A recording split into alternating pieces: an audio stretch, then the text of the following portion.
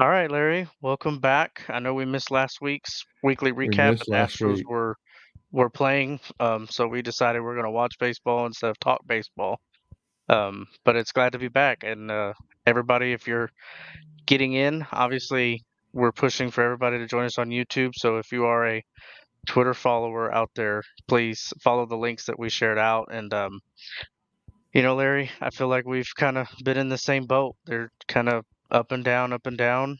It's Yeah. been a struggle. We had some bad news about some pitching, with Christian Javier and Jose Urquidy going to be out for the rest of this year and probably a lot of next year, um, with Tommy John surgeries coming up. But I guess, Larry, what's your overall thoughts on what the Astros have done so far since we last met up?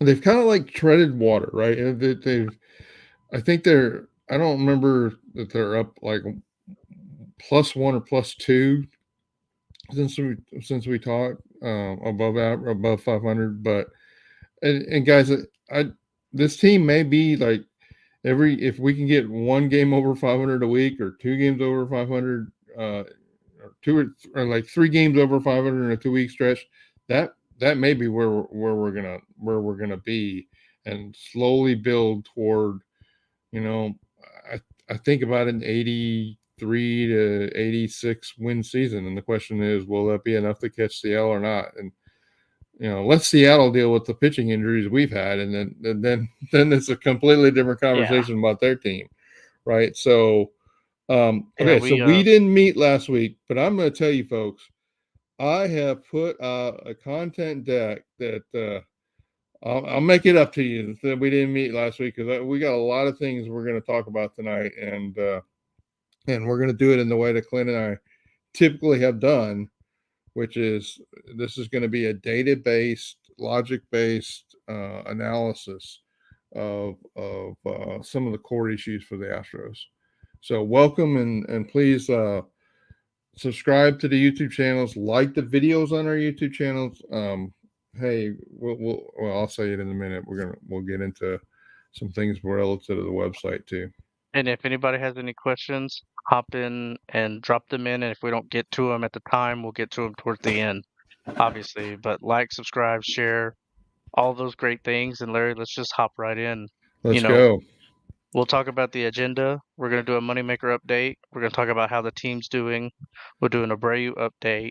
We'll do the fans love and hate for Espada, a little bit of kind of open dialogue about how that is felt, on the Twitter world and social media. We're going to talk about barrel rate with runners in scoring position. We're going to talk about what life is going to be like without Urquidy and Javier and how that shakes out for this pitching staff.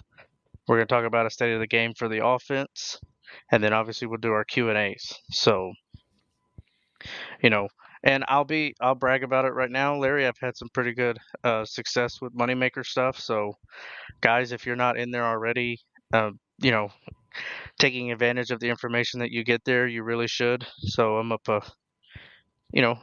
at least 100+% on what I've invested There you into it go. and the wagers that I've put in. So, guys, it does pay off. But there's great data, there's great information there, and the results show it as we've gone on. And so I'm gonna let Larry talk a little bit about it, since that's his pride and joy right there. Right. So we're trying to, we ask our moneymakers to pay a pretty good price every month for the information, right? But I am I am committed to try to make that a worthwhile situation for them. I've made it now where I'm doing prize picks with my own information, and I make it super easy. If you just want to do what Larry the GM is doing, all you have to do is click on a link to the prize picks, and if you haven't signed up, then use the code that's on the site to make that happen, and you'll help Larry the GM out. I'm gonna get $50 for everybody that subscribes with the code, but I just make it really easy, and so this is the money makers from day one.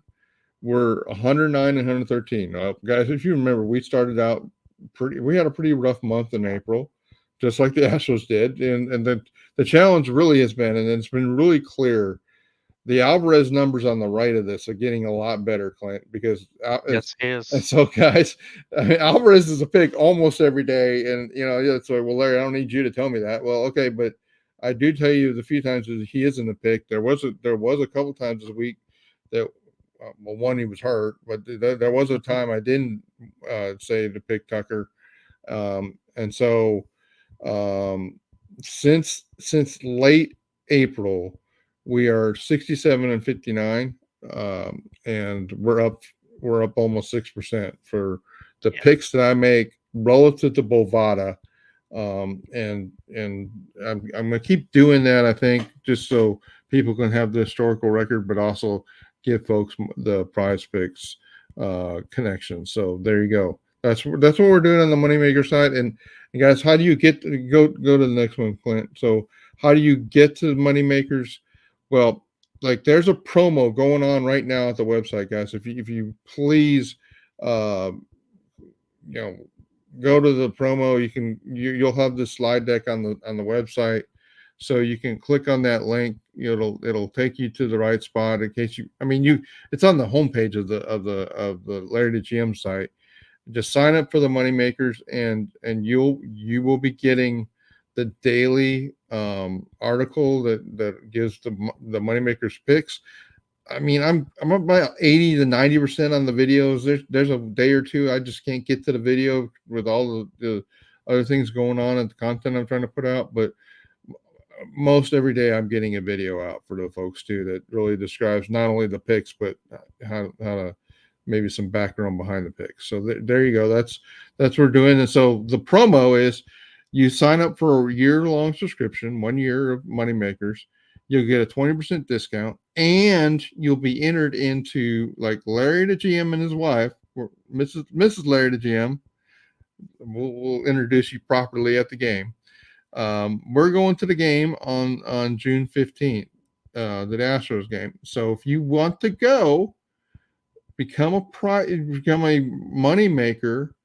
You'll be entered into the drawing for two free tickets to that game. You'll have to sit with me. I mean, maybe you don't want to do that, but if you've ever wanted to meet Larry the GM, and you ever wanted to watch a game with Larry the GM, which is an experience in itself, Clint can tell you, then this is your opportunity. So I am giving the site at a discount, and I'm giving you enter into having free tickets to an Astros game.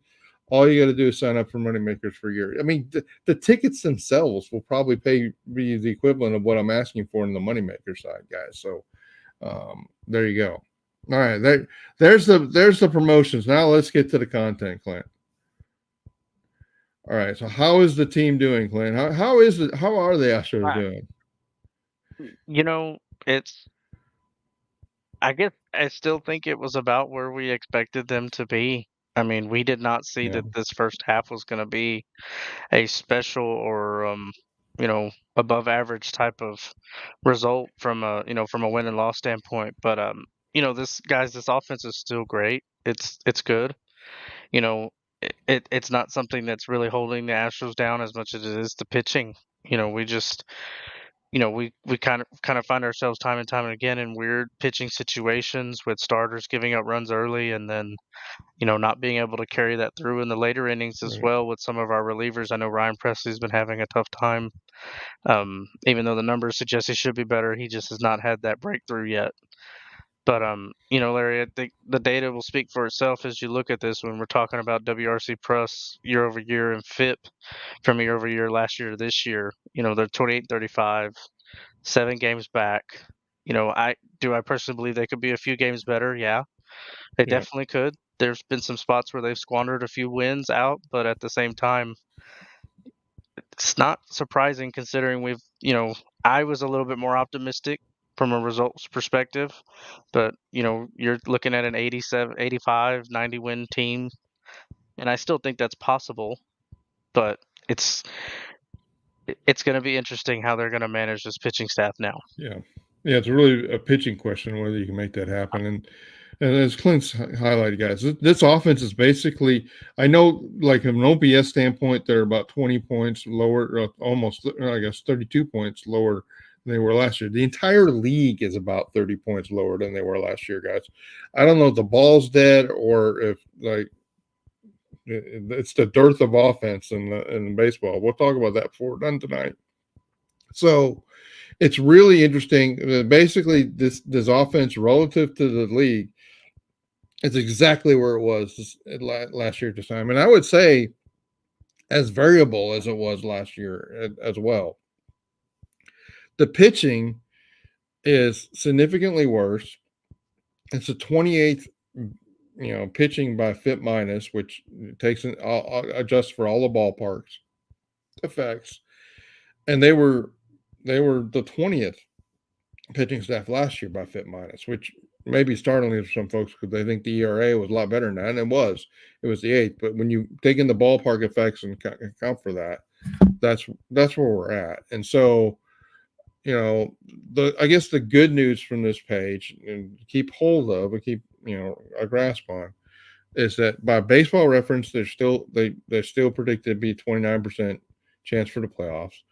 By Fangraphs, it's a 39%, and by Baseball Prospectus, it's almost 50%. So Baseball Prospectus sees what I'm seeing. I haven't read into their stuff, but what they're putting out that number, they're seeing what I'm seeing is that the easy schedule and some projections for this team should go on a roll. So we'll see what happens. And I think it also alludes to, I mean, what has Dana Brown's comments been that they're not going to be sellers at the deadline. So Right. there's still some sort of, they still have belief and they still have something from, I'm sure, an analytics perspective and everything, but just the pedigree itself, this team can make all you got to do is get there at this point. If they can make the postseason, I don't know if there's going to be anybody who really wants to see this team in October. Right. I, I think I that's would just also say true. that right now. And I Yeah. also want to say this about that Dana Brown statement. He said that they would not be sellers. He It did would be not say they would be buyers. Okay. I just want to prepare this fan base. buyers. Like this fan base is putting out rumors like, hey, they're going to go after, so and so and so and so and so and so. That might happen, but I don't know that trading top prospects for a rental first baseman when you're going to have to then turn around and dump the $30+ million for Abreu. I mean, that guys, we're going to talk about Abreu in just a minute. Okay.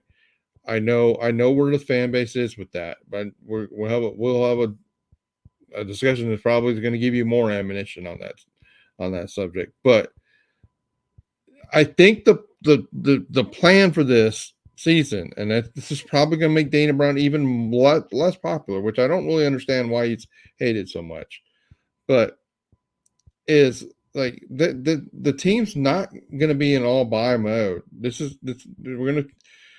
They didn't do that in 2020 either, guys. When they basically fought their way into the playoffs and then enrolled.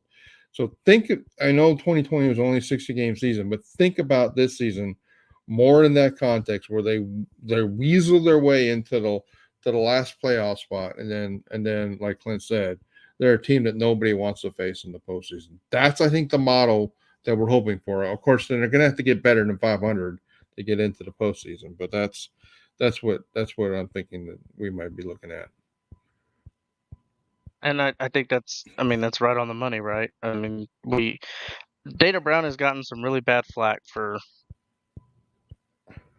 what he's done to have to manage this team from just a salary perspective and everything else that's going on. Yeah, Clint, it's So, not in the slide deck, but can we talk about Nick Hernandez for a minute? Dude paid cash on one day and puts the guy in the active roster, and he's delivering a good inning and protecting the rest of the bullpen from blowing out arms.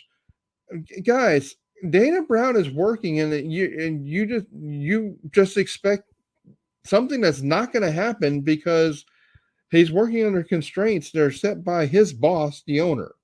And I don't really understand that. Probably the sequel to what we're about to talk about, Clint, will be why do the fans hate Dana Brown so much? Because I'm about to go to war on that one. So let's go for it. All right. So, Clint, the Abreu of it all. I think we just have a standing page of Abreu, right? I think we have a couple, but yeah, we have Abreu is a hot topic, clearly, um, from a money perspective and obviously from from performance. It's just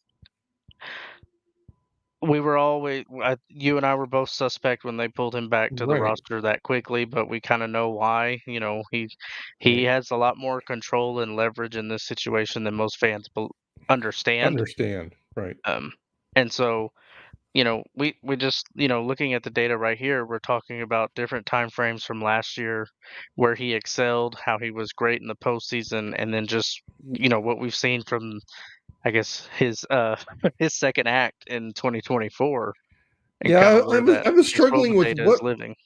what word to put around these different blocks of time, right? It's like the fortnights of Abreu. I don't know. It's like these little blocks of period of time that have been very different results. And well, one block is like almost 2.5 months. So last year, you guys remember it started off horrible with Jose Abreu, and are bad. He had a WRC plus of 44. OPS was at 519, and that by the Larry to GM grading scale, I had to create more levels of F.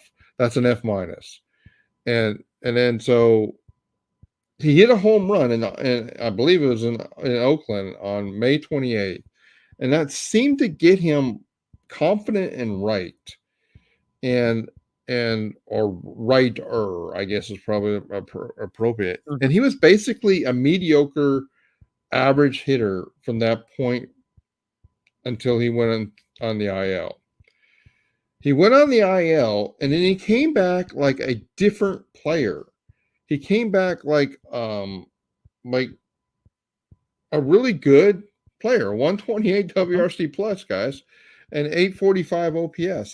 That's like Correa, Bregman, Altuve, normal level years for those guys. I mean, not when they're having an all-star year, but like George Springer typical year. Right? That's who Jose Abreu was in the last. I mean, helped them get into the postseason with that stretch run in late August and September. Then he followed that up by even being better in the postseason. I don't know why this fan base doesn't remember that, but Jose Abreu could be credited for like getting this team through as far as they went in the postseason. Um, he was a 158 WRC plus player, 945. So if you're thinking this offseason based on what happened in the first 6 weeks, that this or 7 weeks, that this team should have just dumped Jose Abreu, that was you're ignoring what happened in the last 10 weeks, the last 6 weeks of the season and the 3 weeks of the postseason. Um, Now, what I've tried to do is put on this table the metrics that Glenn and I continually are pointing to, right? I put some things that are more traditional, like OPS, for the people can relate to, and then but the WOBA is kind of a analogous to the OPS on a different scale. XWOBA is something that you hear me constantly talk about.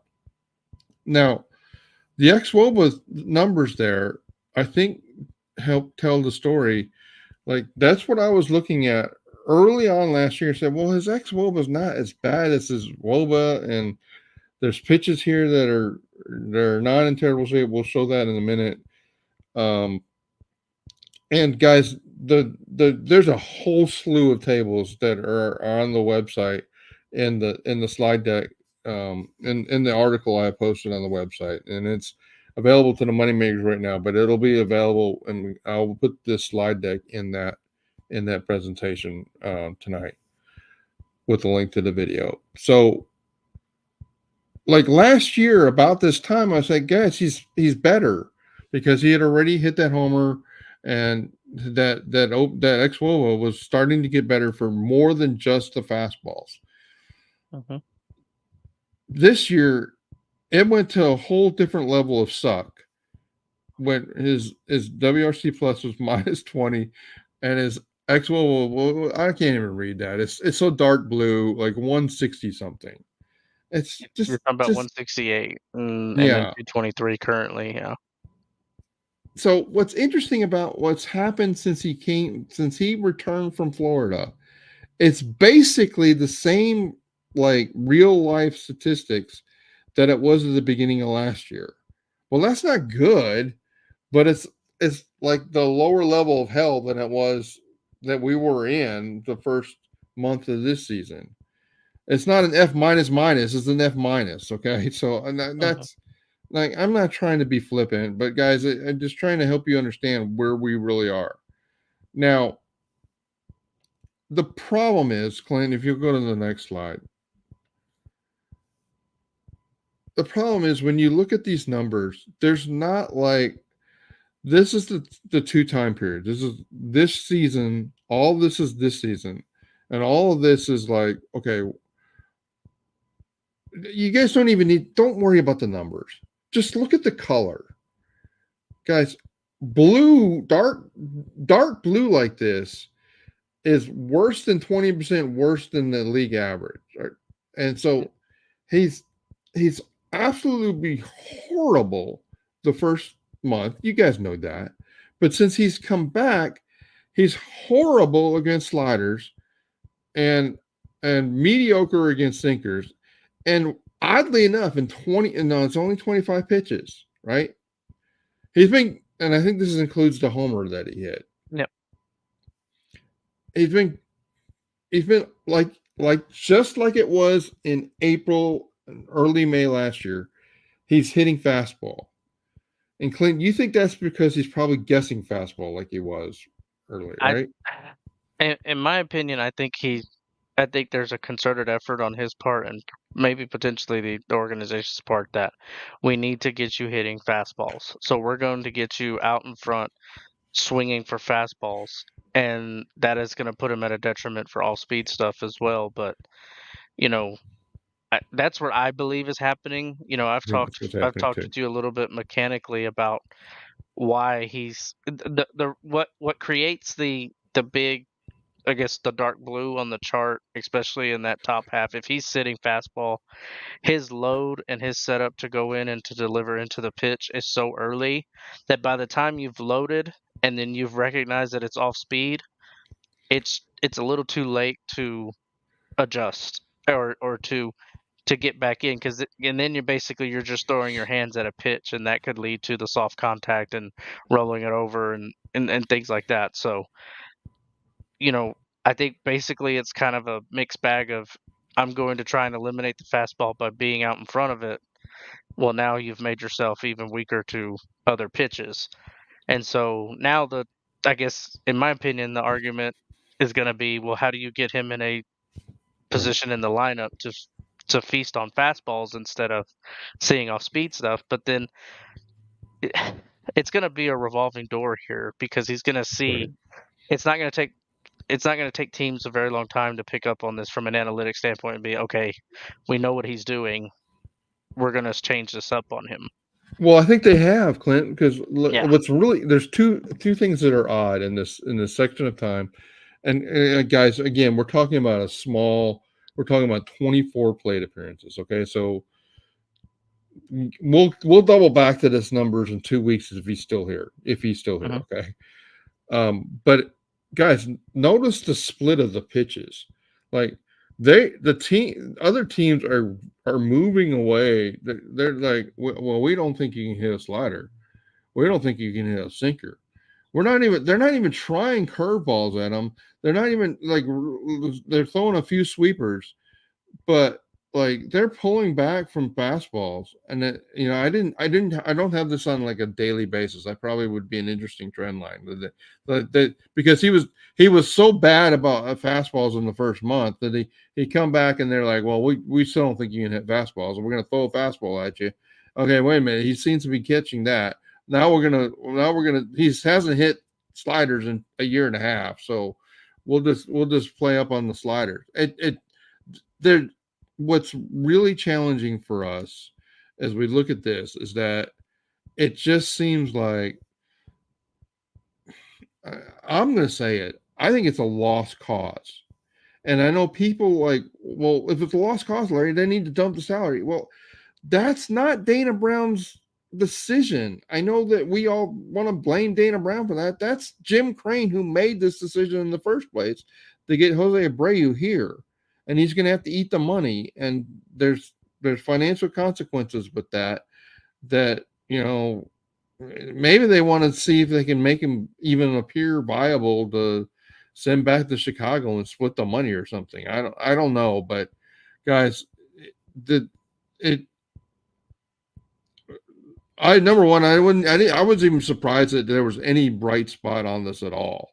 And the fact that he's been decent at hitting fastballs. I mean, I know he hit a home run, so he had to do it like something. So Larry, I guess maybe we can help put in perspective is how big of a factor would that home run be on 25 pitches, from an A lot. ex-Woba It's standpoint? it's Yeah. like five plate appearances, right? So it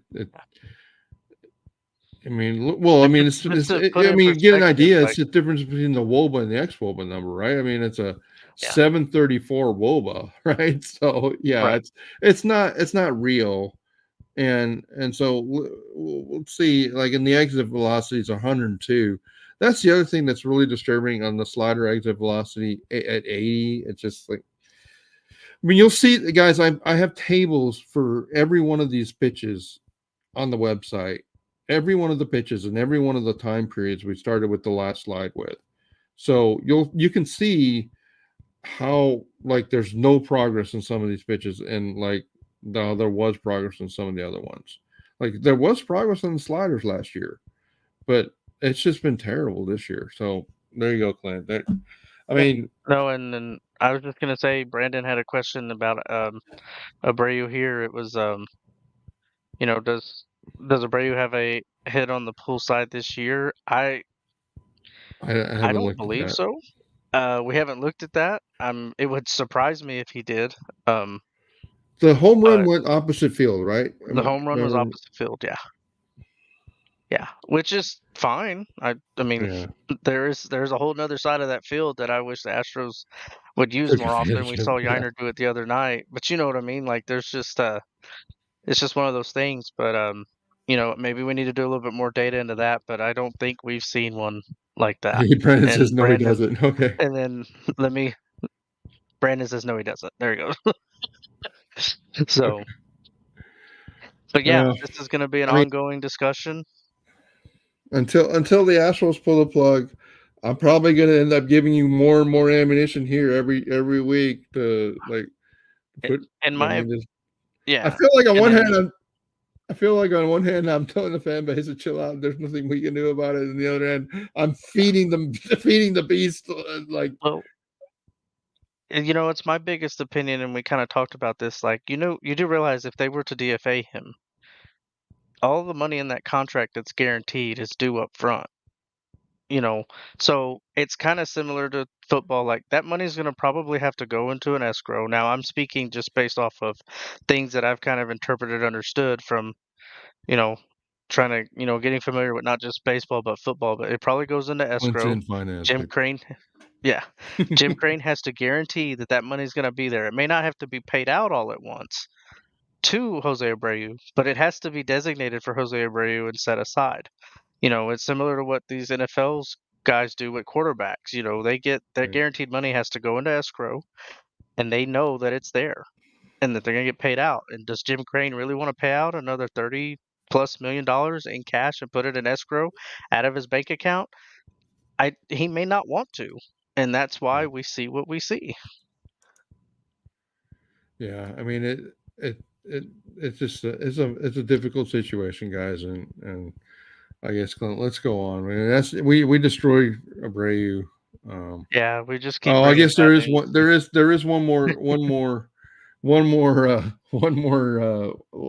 gas can to put on the fire. So like I was saying, breaking pitches. Like this is where the story of like long term story of Abreu. He's had periods of times where you look about the ex Woba column here that he hasn't looked all that great against breaking pitches, but Mm-mm. man, it's a whole another layer of hell deeper this year, guys. It was bad last year, and it's just and one of the things it's like his Babbitts and some of these things are really bad. But here's the like I'm working through these columns. I remember what I really wanted to say here, Clint. The exit velocity column. Look at the exit velocities. Like, even in the years he wasn't all that good, he's still 88, 89, 90 on exit velocity. This is versus breaking pitches, so sliders, curves, sweepers. Look at last year. It was 86. This year it's 82. Guys, like, until I see evidence that that number is going to get back in the 87, 88, 89 territory, he's not fixed. He's not. Jeff Bagwell can blow whatever smoke he wants at this fan base. I will come here every week and give you these numbers that will refute the BS that's coming out of the front office.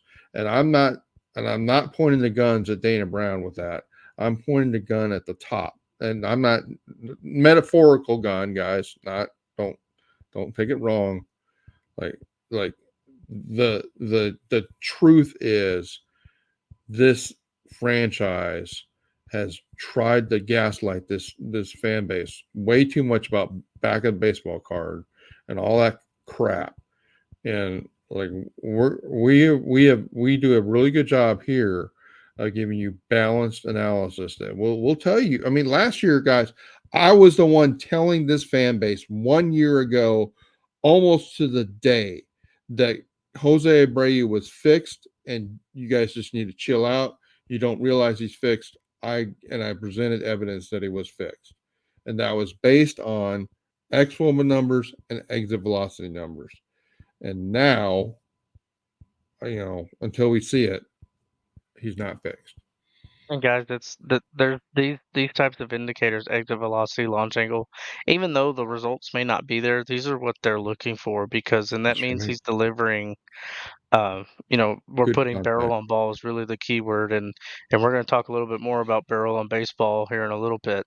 But that's just an important thing to keep in mind, is sometimes it's not always just results based. It's how he's performing whenever he does swing and make contact and things like that. So let's leave Abreu alone for a little bit, obviously, and let's go to I guess the fan base's next favorite or least favorite person after Abreu is Joe Espada. And I know, Larry, you wrote an article about why they're demanding for him to be fired, and we list out the reasons right here for, that the team doesn't play for him. They have no fight and emotion. He has no fight and emotion.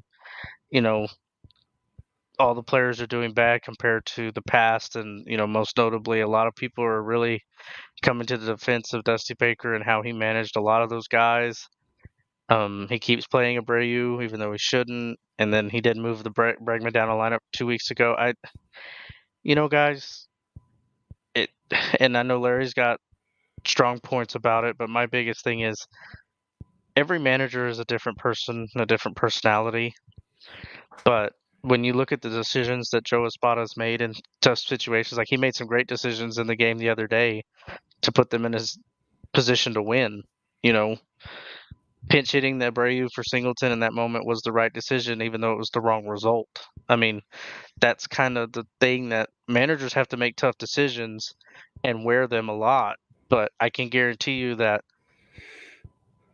from this side, we understand it and we support it more than most others, because we're seeing it from the data point of it, the analytical Right. part of it, that the data supports the decision more so than you know the visuals and the results. And I would say, people forget AJ Hinch was a very much an analytical type manager as well, and he was actually very. I mean, he came out and got ejected a little bit. He had a little bit of fire, but I would say that Joe Espada does carry some similarities in AJ Hinch in terms of how he manages and how he understands and uses the data to make these decisions. Yeah. So, guys, Clint and I are not going to go through in super detail these bullet points. I'm going to give you like real quick highlights that I wrote in this article. Okay, this article nails these bullet points really hard, and I don't get it, and so the team doesn't play for him because they don't like him. I went through the whole description relative to rumors and articles that are get posted and sources for that, and even gave you like, okay, two prominent Astros. I gave you the timeline that explained that, those two prominent Astros could have been Bregman and Abreu because they just had their roles reduced right at the time that that article came out. Okay.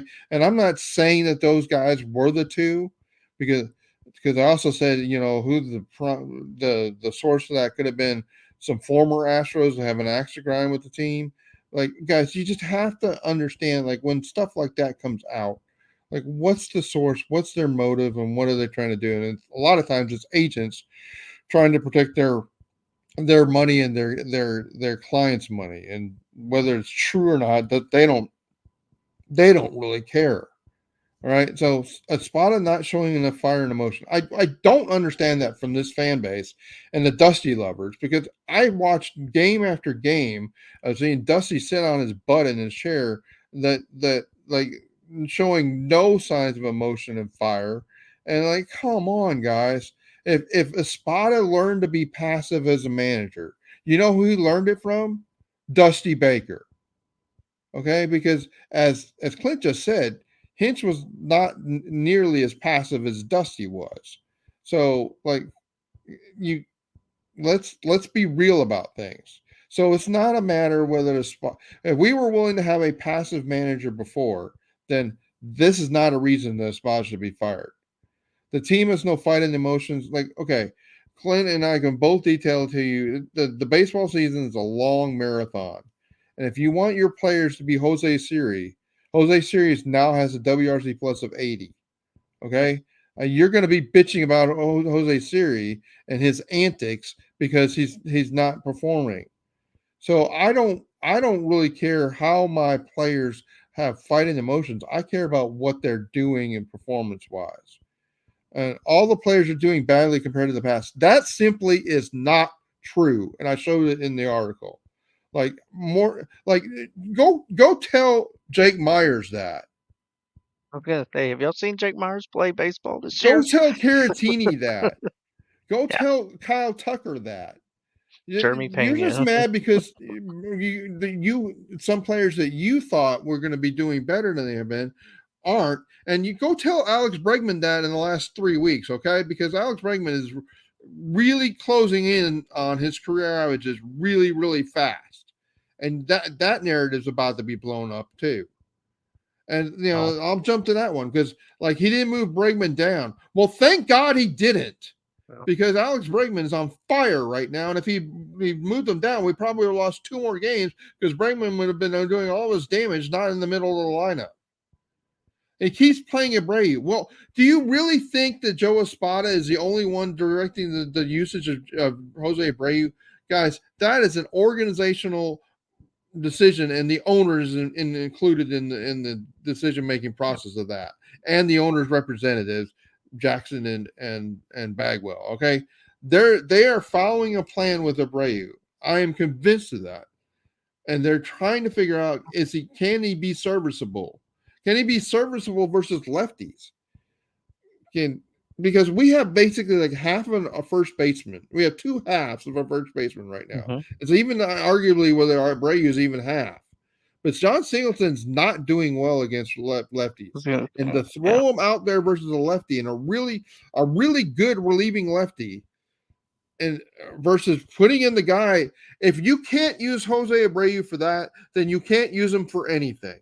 And you can say, well, Larry, I've already reached the conclusion that they can't use him for anything. Well, they haven't, and they pay the paychecks. So I'm sorry, but there's a lot of bullet points related to the hate of Espada that I will not stand for. And I will write article after article like, you're hating on Espada about things that A, aren't in his control, or B, just simply aren't true. All right. Ran over. I knew I'd No, be ranting on that one. it's just, guys, I can only say that had this been Dusty, I'm sure y'all would have not liked him very much either. Right. I think we all kind of just get lost in the record, and we're we as That's Astros the truth, fans have Mike. been very spoiled That's with the how truth. great this team has been. And so a little bit of um I guess I'm not going to call it regression, but you know, a little bit of bad luck and a little bit of underperformance, and we've decided that this team can't do anything anymore. Well, it's But amazing how much we remember pick back, on the offense when the offense is yeah, still a top five offense in the major yeah. league. Well, And you yet know that, we don't want to talk about the pitching because everybody freaking knows what's wrong with the pitching because they're you injured know, like crazy.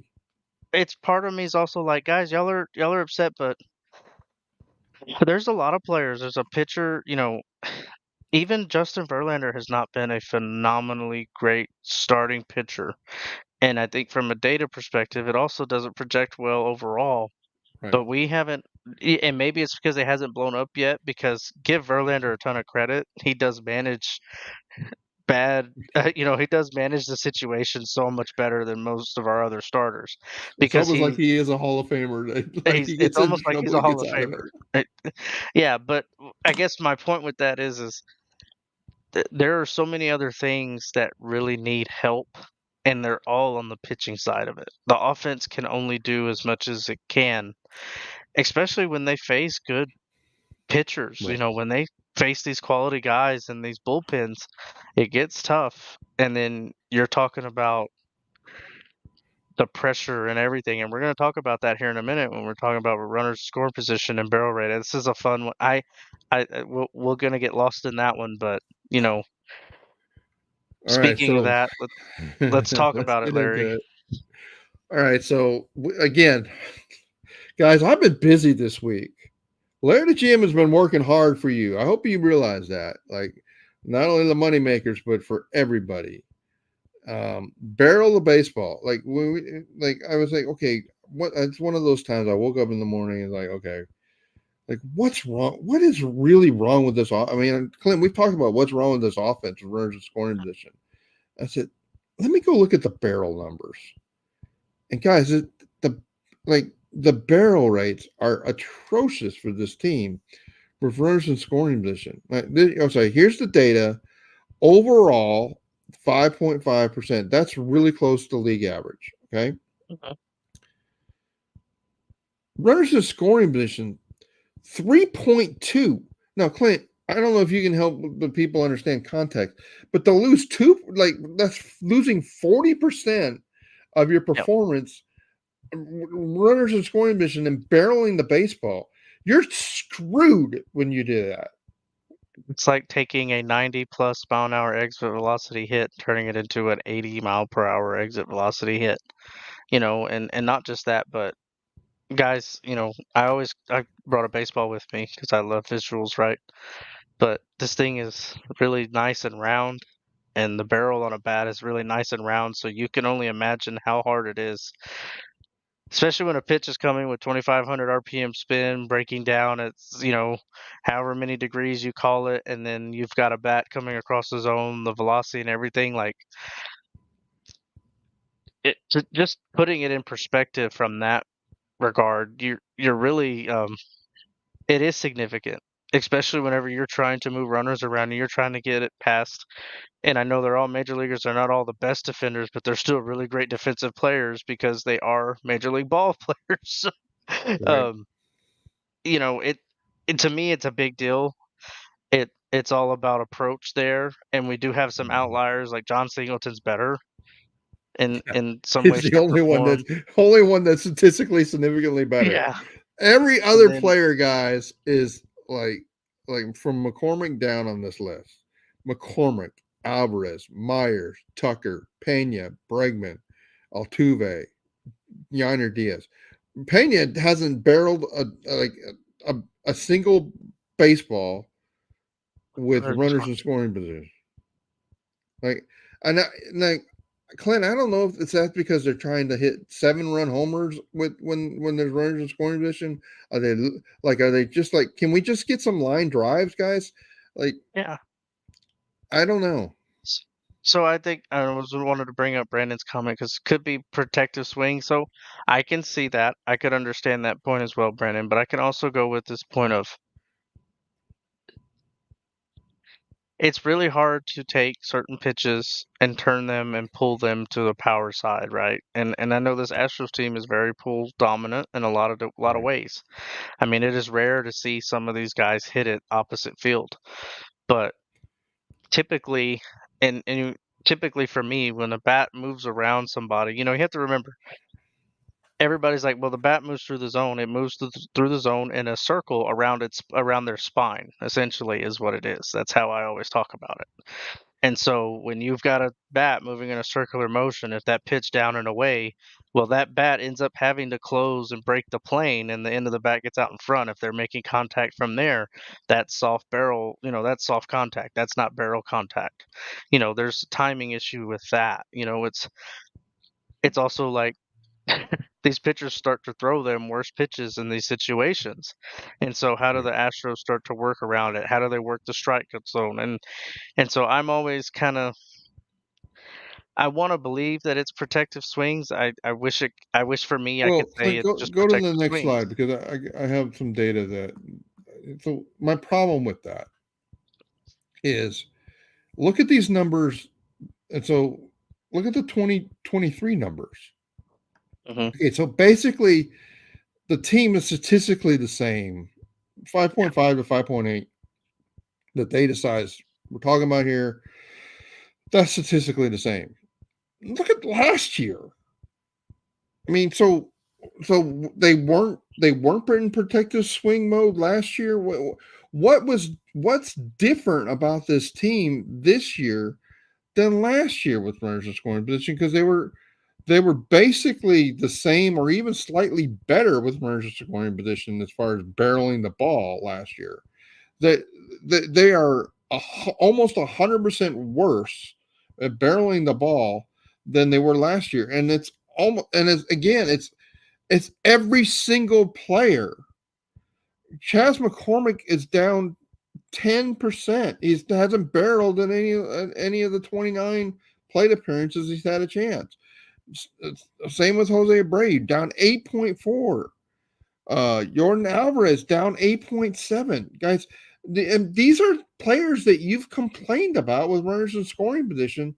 Like they're not, they're what why aren't these guys hitting with runners? They're not barreling the ball.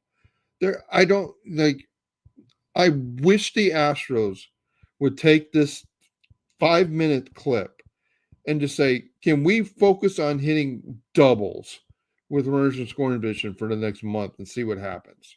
Because I think they would end up with they'd probably end up with more home runs if they weren't trying to overswing to hit home runs. That's my theory, Clint. I don't know.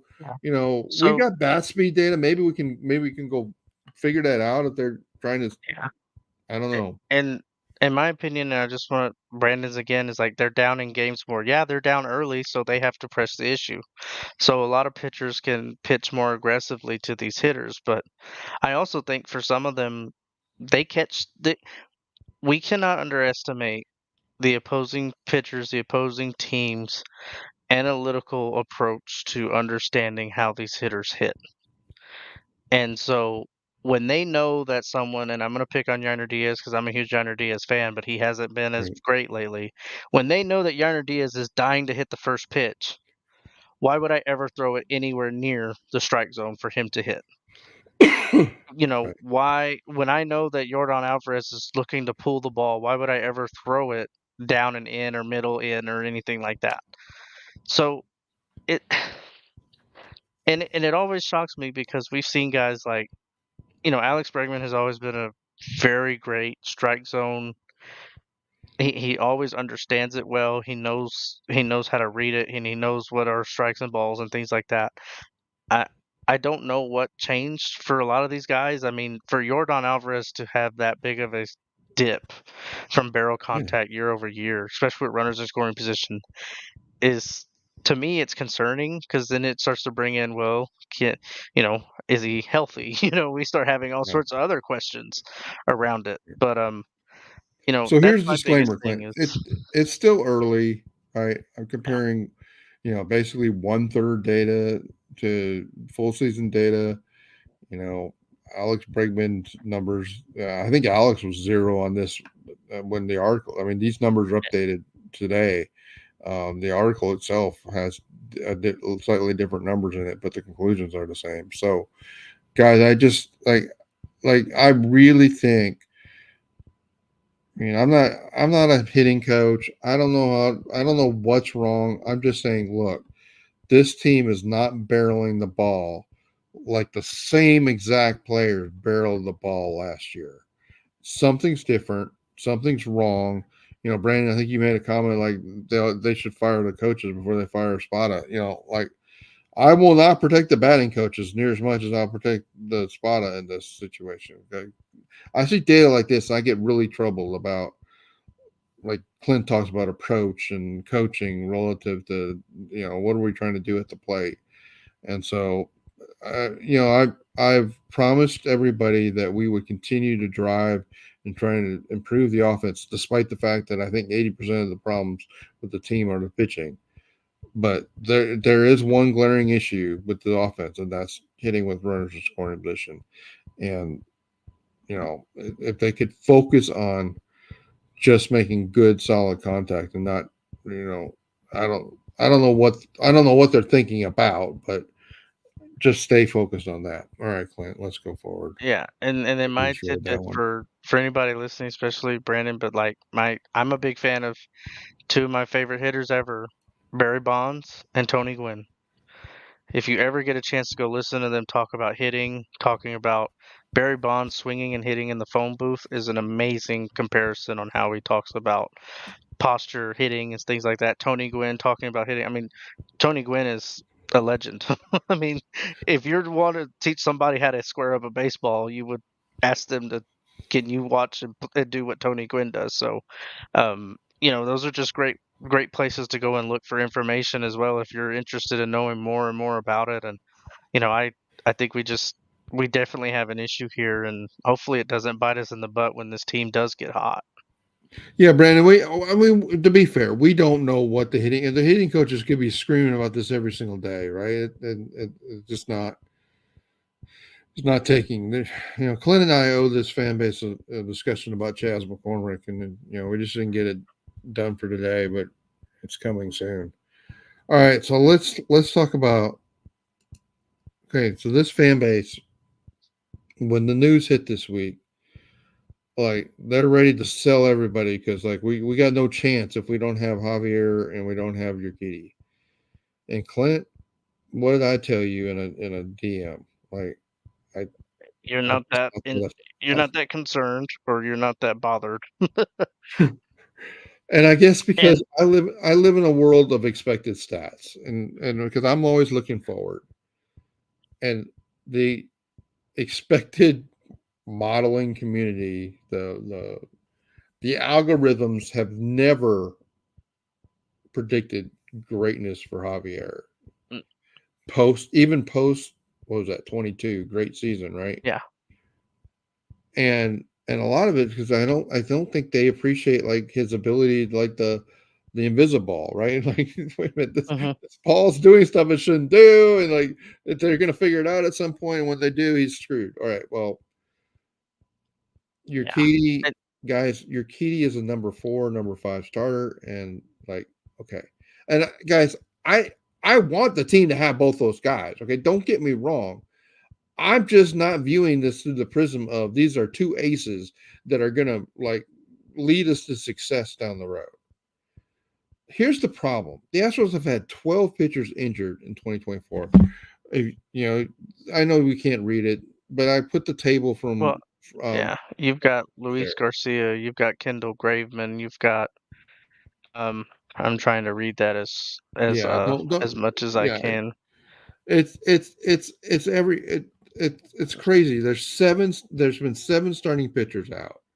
7. Yeah. Now go to Seattle and take out 3 of their best starting pitchers and 4 of their next pitchers that would come in and see how their pitching holds out. Okay, guys, the Astros are 28th and 5th, but they've been injured like an insane level, and it's like people will say, "Well, Larry, they were injured last year, and you didn't give them any credit." Like they had injuries that were spread both offensively and defensively, and they had ways that backed up those injuries. The problem isn't as much as they had 2 starting pitchers injured, is that they have 7 starting pitchers injured this year.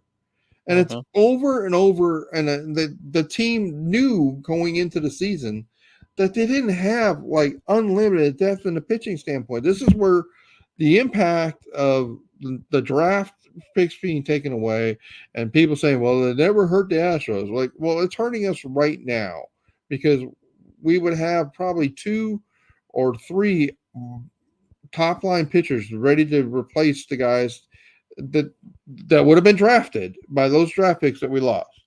All right, so 4 pitchers are out for the season already. All right, now I guess this is not like there's a lot of teams are getting pitchers out, but the Astros have gotten it worse.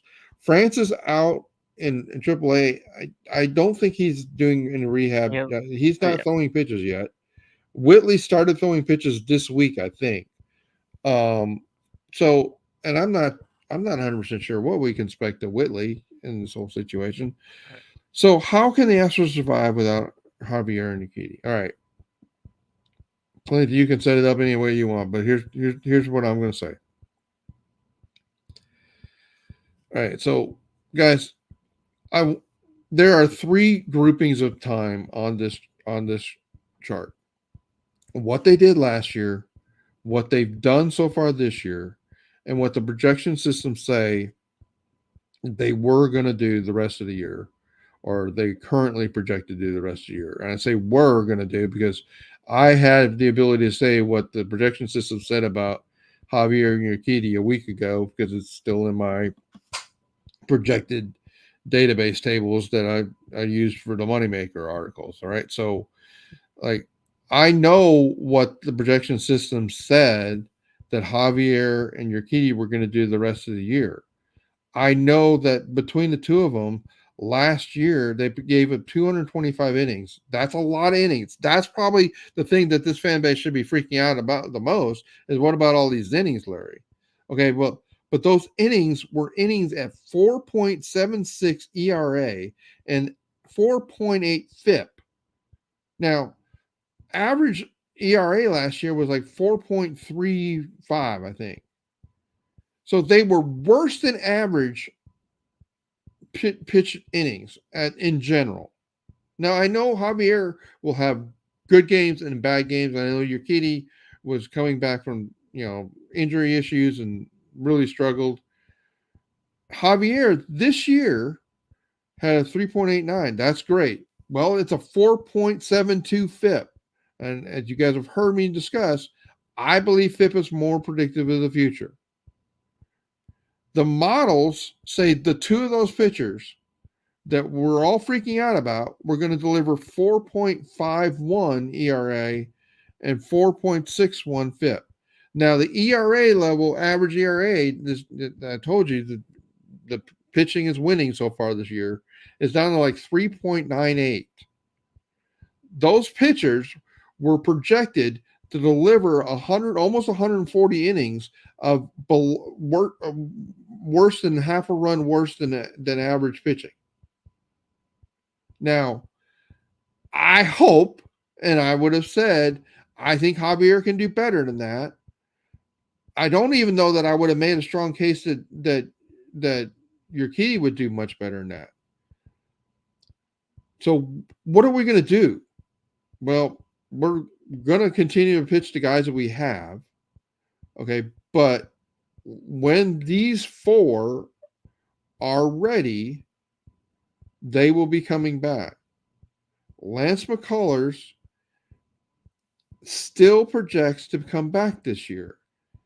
The modelings are saying he's going to give about 57 innings, and it's going to be as good an innings as anybody on this team is delivering right now. That ERA and that FIP, if it's true, are up there right with Fromberg. So we're going to get an ace level pitcher coming back for the stretch run. Luis Garcia, they say, is only going to deliver 39, but he's already throwing, right? Isn't Luis Garcia throwing? I think they're wrong about even that. started rehab. Yeah. I think that we're going to get more than 39 innings from Luis Garcia, and those are going to be right on average average level innings. Okay. Which again, that's half a run better than what we would have gotten from Javier and Urquidy per the projections. France, guys, look at the France projection numbers compared to the Urquidy and Javier projection numbers. Now, I personally don't believe them, but I'm just telling I am the vessel of communication of what they say because everybody else ignores them. And I'll tell you, like the all the projection systems said Javier was going to have basically the season he had last year. Almost nailed his ERA and FIP. So like I if Francis got to get healthy, whatever, the shoulder, Hmm. if he can get healthy and deliver 42 innings, I'll say this. But I believe between France and Garcia saying they're going to deliver 81 innings, I have no problem believing that. Okay. Now, that again, now didn't Dana Brown trade for Eric Lauer? Can you fact check me on that, Clint? I've forgotten how Eric Lauer Say even that got again. here. Sorry. How did Eric Eric Lauer Lauer was get here? he was signed on a minor league deal after the Brewers Okay. cut him. Okay. Yeah. The Brewers cut him. Dana Brown jumped. Now, guys, Dana Brown's like not first in line, but he's not. He's given the record, they're not as buried in the line as much as he normally would have been. He jumps on Eric Lauer. Eric Lauer projects to be like just as good. Like if you say gun to your head, Larry, you have to pick Eric Lauer or Jose Urquidy to pitch the rest of the season. I'm not sure I'm taking Jose Urquidy. Okay, so there's four pitchers that the projection systems all say are better than the two pitchers that this fan base is in complete convulsions about the fact that they're out. And I'm not. Now, Clint, you'll give the balance argument, but that's where I'm at. No, my big thing is when I heard the news, I just thought, what a damper on the pitching staff from an innings, from a Yeah. pitch count perspective. Just the wear and tear of what they're gonna endure until they can get these guys back. Now, I I'm fully assuming that there's gonna have to be some moves made, but I would think that Lauer would probably, in my opinion, Lauer would be the first one to come up Yeah, because isn't he he's clearly has pitching been right now, throwing the right? most. I think He, he's pitching right now. He's pitching right. in So AAA. I know I saw results for him the other night. I just don't know when the last time he pitched was. okay. Well, we can look that up real quick. But yeah, I agree. I think Eric Lauer is going to be here soon. I think he could end up, yeah. And so he threw. What am I missing? Well, I'm missing. I'm looking for it, but I haven't seen it. But you're talking about a guy. I don't know if you could say that Eric Lauer's ever been. I don't recall him ever being terrible. I don't think he was always studied. But one thing I was optimistic about is this guy was, if I'm not mistaken, he was a He's he was drafted 29. in the first round by the Well, Padres. he was terrible last year. Yeah. 6.56, 7.41 ERA. But and okay, he had 11 innings in 2020, so those are irrelevant. But other than that, I mean, he's got a 4.3 career ERA, 4.6 career FIP, which Yeah. to me makes him another Jose Urquidy. I mean, I Hmm. guess that's my point about Eric Lauer. Like, you want a Jose Urquidy? Like, how we replace Jose Urquidy? Eric Lauer. That's the guy who replaces Jose Urquidy because to me, they're the same dude. Yeah. And then One's the other thing Mexican is and when Eric's he's whatever he is. yeah, and well, my other part of it was like if he's healthy, he's shown to throw over 120, 150 innings in a season in a full season. I think he has the ability to help this pitching staff manage Right, that really well. And right. he's a veteran. He'll know what's going on. And so I think it probably, I think that's going to be the next one. And then after that, I don't know how to feel about JP France, Luis Garcia from a timetable. I know Luis Garcia through the batting practice. They sent him to Florida to throw some more before he starts a rehab assignment. It sounds like they're optimistic he'll be back after the All-Star break, which is what, Right. first week of July? Second um, week of July. second week of July.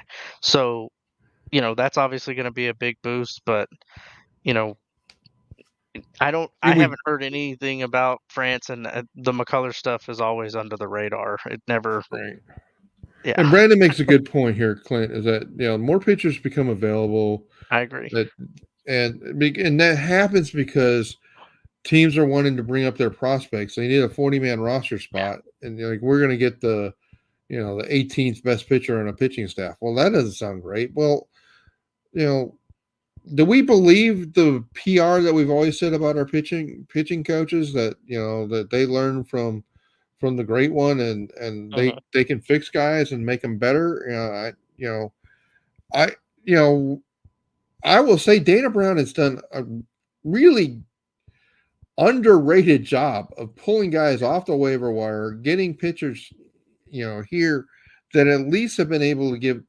At least they have options, and that's what I've kept saying about like Dana Brown and the pitching staff. Like Yeah. he knows that he doesn't have the money to go sign the greatest free agent pitcher, so he's creating a bunch of options. Some of those guys aren't even on the 40-man, but like whoever starts proving it in AAA, they're going to get a chance to shine. And I I know this fan base is freaking out about Urquidy and Javier, and I wish I could be like, oh, I'm really with you guys. I'm so sad.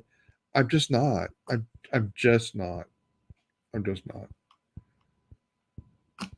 So, All right, I guess let's that's also a let's go good have some segue to go fun. right into, yeah, state of the Yeah, game. let's yeah. So okay, so that's all the heavy news. Now this we're gonna kind of like go bigger picture, guys. So one of the things I've been like thinking about because I knew I had done something similar to this, and I'll probably put this in an article. Um, I'm gonna timestamp this and clip it. 107. All right, so I'm gonna put this video in the article. What I really wanted you guys to see is where baseball has been over the last generation, or since basically the year 2000. Now, in the article, I'll go back all the way to 1950. You can see the longer term trend for some of these things, which is going to show that strikeouts have been skyrocketing through the last 70 years. But something really interesting happened in 2020.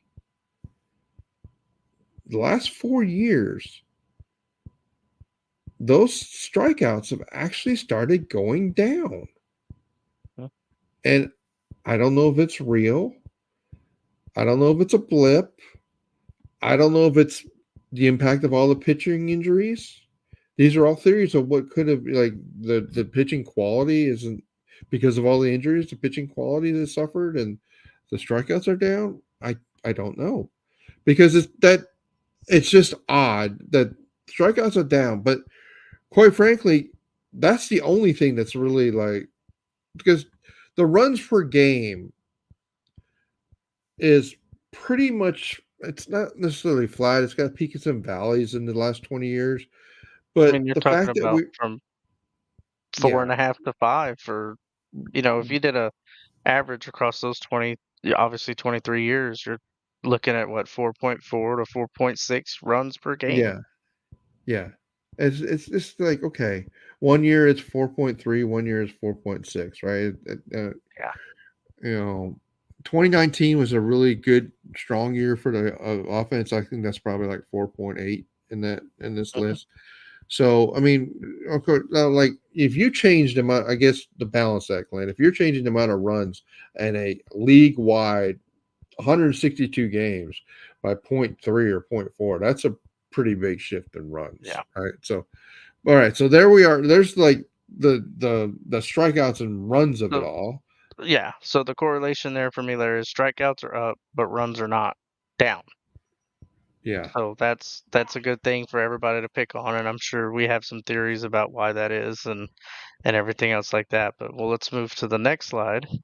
Now this is a trend that like well, wait till you see the longer term trend on this. I mean, it basically in the I guess in the 80s or 90s, kind of like that. batting average, which I never talk about batting average, but I think it's important to understand the character of the game. The batting average kind of peaked in the 80s and 90s, and it has been like a ski slope ever since. Guys, we're that I was shocked the other day when I noticed that the number one hitting team in baseball had a team batting average of 260. My 50 some year old mind didn't even like wait a minute. I had teams that were hitting like 300 as a team back when I was a kid. What are we doing? Like guys, the the lack of hits is insane. And most of this, Clint, has come with strikeouts are gone skyrocketing up, right? So, as teams were striking out more, the runs are coming down. What's weird about this is we'll get into the power side of this. What I thought I understood the trend was like, okay, the averages are going down, but the power is going up. And you're like, well, don't worry about it because they're getting more walks. Well, that's the middle one here. No, not really. In fact, walks have been through a valley, and then we're not necessarily flat year to year walks, but that there's no long term trend with walks there. So really, the trend is just as the K rates have gone up, you see average and on base percentage have come down. Right. So there is a slight correlation there, but obviously, and I'm gonna go to the next slide now, Larry, if you're good with that. Okay. Yeah, I mean, you add those two numbers together, on base percentage is sliding down because the average is coming down. All Yeah. right, so slug.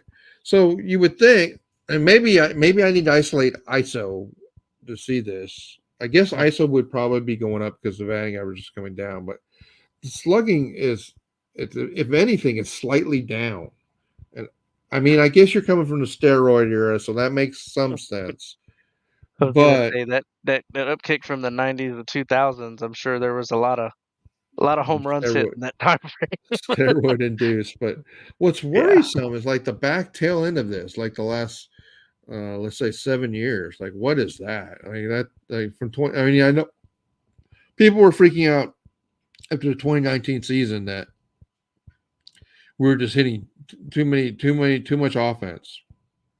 Well, we've solved that one. Like Right. the slugging of anything in the near term is sliding down.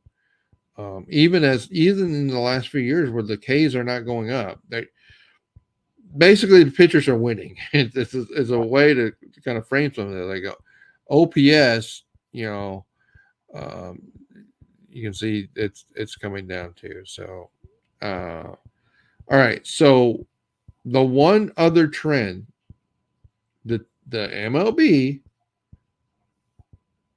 made some rule changes to fix something. Now, the long term trend here is really interesting because basically, I think steals peaked out. I don't remember when the steals peaked out, but that steals were on their way down and going down, going down, going down, going down, going down from like 2012 all the way. It was like, man, nobody, like people aren't even trying to steal bases anymore. And when they changed, I mean, we're arguably in the Renaissance era of the stolen base, Oh, and I had wrote about this like early last season. Like, guys, the rule changes they've implemented are working because here they are, stolen bases are way up in this game, and so there you go. That's the state of the offense of the game. We'll do another look at the defense yeah. on the pitching side. And now, really, what I want to probably do, Clint, there is I'm going to go back and look at like fastball percentages, slider percentages, and those sorts of things because we can put the strikeouts back up there. Yeah. But And I I, want to look at the pitch yeah. choices. And I think my biggest thing is when I look at this from a runs per game and then K rates going up, averages going down is just the evolution of hitting in general to the power home run hitting style that we've seen in these later probably what 10-ish years Yeah, can I sound especially. like an old man for a minute, Clint? That Yep. the game where the league average hitting batting average is 240. That's not near as fun a game as the game that I grew up with. Yeah. That Yeah, game kind of I sucks. remember seeing some highlights of some older games when you go watch them back in the 70s and 80s, like watching guys like Pete Rose and I go back to Tony Gwynn and stuff like that. Like those guys hit and they always hit. Yeah, Ball was in play. Defense was constantly moving. Things were happening all the time. And so now and that's been Major League Baseball's issue for years now is how do we get these folks to and fans not to have to just watch these guys pop up every other at bat and strike out every other at bat. yeah. And so in a lot of ways the game got a little monotonous in that way, but it's Yeah, I mean we're peaking. We're coming from a peak that early 2000s was pretty much the peak of batting average. But like a sport that was like 260 ish versus a sport that's 240 ish. That's 10%, guys. I mean, it's I don't know. It's some interesting trends. I thought that's a at least it gives you a context of the nature of the game. no, So I agree. It's always interesting and folks, it's when you watch it and you see these things change, there's the data does support it and we'll talk about pitching side of it, but as we've seen with pitching, power pitching, high spin, right. a lot of that stuff has evolved and changed as well. But obviously it's Q&A time. So Brandon's popping up with one right off the bat. So could the Astros afford to send Trey Cabbage back down? The Astros bench is not great. Well, for who? Who are you thinking? Like, so I it's think interesting because Drake. I like having a lefty bat in on the bench. Um, my thought is that this team when they made a decision to bring in Cabbage versus Loperfido, I think they were telling you that Cabbage is not. He's basically Kessinger, right? Where he's a left-handed Kessinger, which means he might get pinch hit opportunities when those the pitching matchup versus the righty hitter is really unfavorable. Um, because Kessinger destroys righties and is frankly pretty bad against lefties. Both Loperfido and Cabbage are that way. So uh, I I see I see Cabbage having a way more productive help to the offense than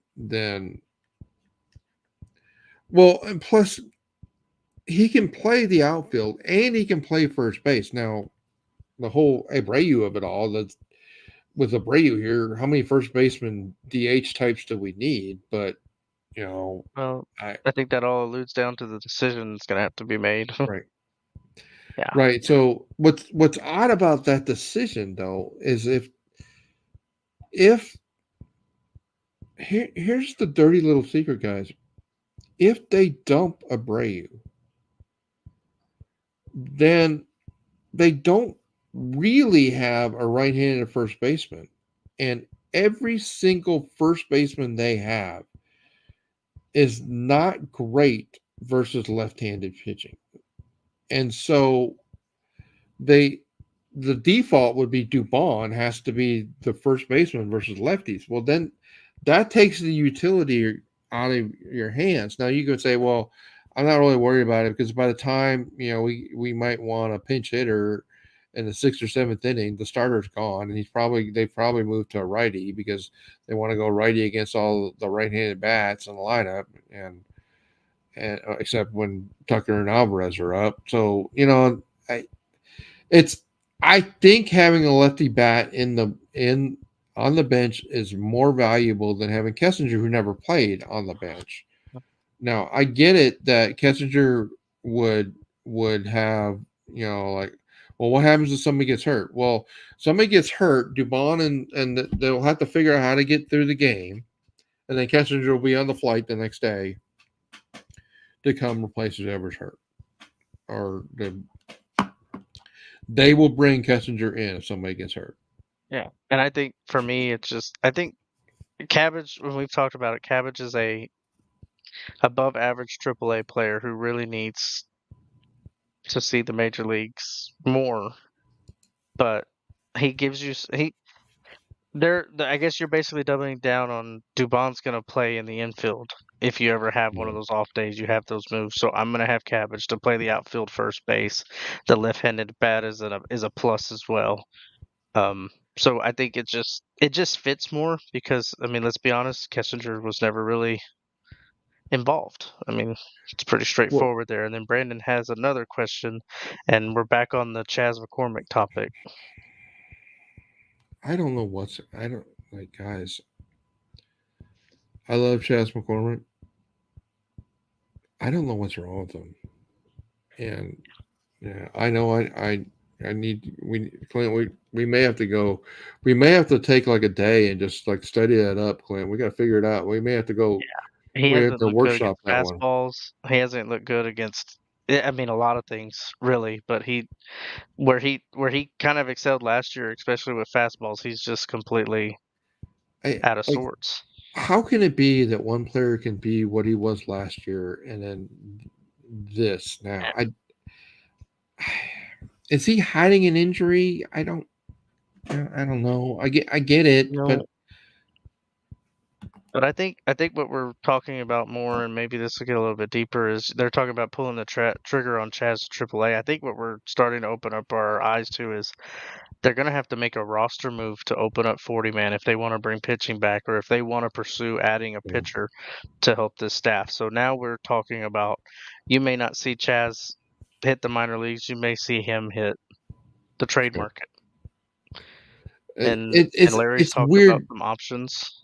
Yeah, it's weird, Clint, because like in the article I wrote, like fixing the real problems, right? We could have referenced that Yeah. one today too. Like so, like I think this team, it's almost like they're hiding Chas McCormick right now because they don't want his trade value to go any further down. Um, and I get it unless he's fixed. Like, all right, so guys, I this is going to be unfair. Like, what are our hitting coaches doing?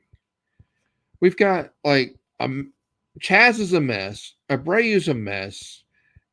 Like Bregman's been a mess, and Diaz was a mess. Like what? I know Clint. We've said in the past, like MLB players really own. I don't really need the hitting coach Well, to fix they may not. Abreu because he's not going to listen anyway, right? But and Bregman's not going to Bregman. I don't even know that Bregman even needs a hitting coach other than he wants somebody to bounce his thoughts Yeah. off of, right? Yeah, Because he's and the his own argument hitting could be made. coach. Yeah, and the argument can be made right now with the way Bregman's hitting. He's starting to figure it out, and it's not Yeah, going to he's be figuring it a out. long existing problem, you know. But and then I know Diaz has been awful, but I think Diaz played way too much.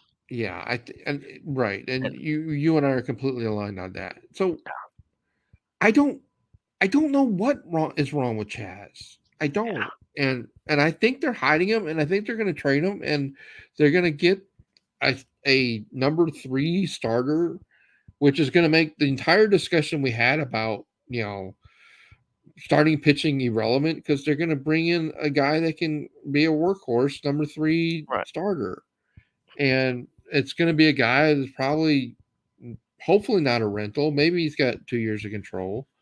And you know, Brandon, the Phillies would be great if they were willing to give up.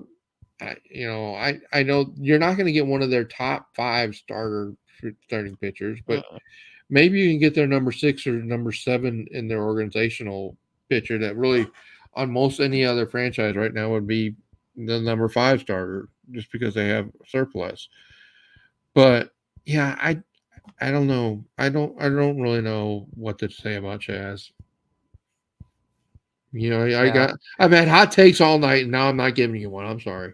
Well, ABs just have not looked competitive, and Right. He looks defeated, and he looks a lot like Jose Abreu. He just and so I We think should send him to Florida.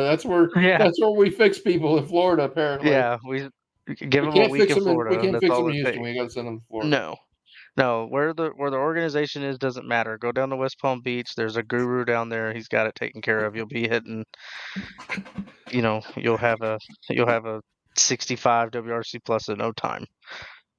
I don't know. It's wild. Yeah. Yeah, well, 65 WRC plus would be an improvement for Chaz. Well, that's what I mean. He'll improve, but it for some fans it won't be enough. So, but Dude hit him yeah, 133 and he's at 51 right now. Something's wrong. I mean, something's really wrong. And it may be mental. I don't know, but something's really, and really, or really maybe he just wrong. maybe it's just a side effect of he's just truly not healthy. Yeah, that But he's forcing himself to play because there's also some pressure because he's probably seeing Jake Myers play at a really right. high level, and he's like, I have to find a way to. I don't want to lose my job. Well, um, and yeah, he's got a little bit of a Woba gap and he's got a little yeah, bit of unluck, but like not really. I mean, his ex Woba is 255. That's not good. So yeah, I don't know. I yeah, don't know. yeah. And so that's my biggest thing is just we'll have to hope and see for some upside. And I think you and I just need to take some time to really look at him and really give it some of that Larry the GM and Clint the Scout attention. Yeah. So So other questions, guys. Anybody else? Brandon, you're always here. You're